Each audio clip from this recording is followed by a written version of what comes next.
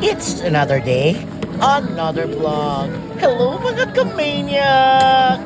For today's video, magluto tayo og sabaw. No? Muna nga itong mga ingredients natin: mais, sibuyas bombay, atsal, patatas, baguio beans, tanglad, o cabbage. So napo tayo pork ribs and pork taba. Prituhon po nato na siya, lahi po na siya, no? Alo. Ay, apil ha.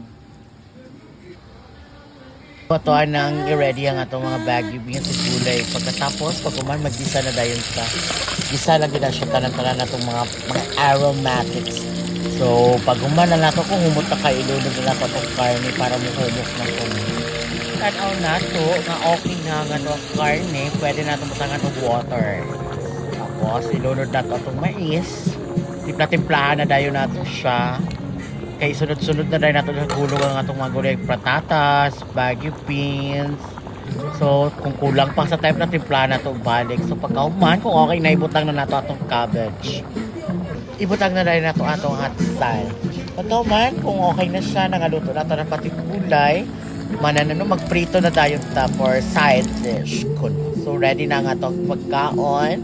So, na mga na ito ninyo. So, maulang to, no? Bye! Ang big tagtanan!